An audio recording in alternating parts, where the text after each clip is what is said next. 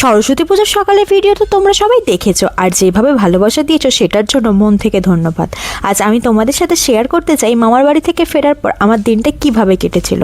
বাড়ি ফিরে একটু ফ্রেশ হয়ে সামান্য রেস্ট নিয়ে আমি আর আমার বোন মিষ্টু বেরিয়ে পড়েছিলাম আমার 6 বছর আগে মায়া ত্যাগ করে বেরিয়ে আসা সেই স্কুলের উদ্দেশ্যে।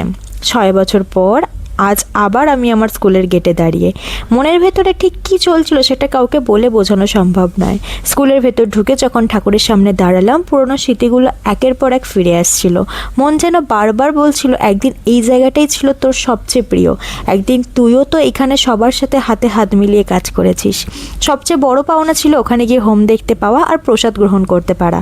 এরপর দেখলাম অনেক পুরনো টিচার আজ রিটায়ার, আবার অনেক নতুন টিচার যোগ দিয়েছেন। কেউ কেউ নাম মনে রাখতে পারেননি, এটা তো স্বাভাবিক, এত ছাত্রছাত্রী, কিন্তু মুখ দেখেই সবাই চিনে ফেললেন আর নিঃস্বার্থ ভালোবাসায় ভরিয়ে দিলেন।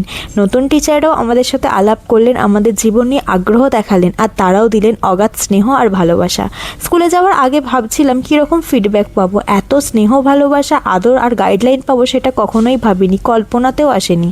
আজ একটা কথাই বলতে পারি, যদি আমি সেদিন স্কুলে না যেতাম তাহলে খুব একটা বড় ভুল করতাম।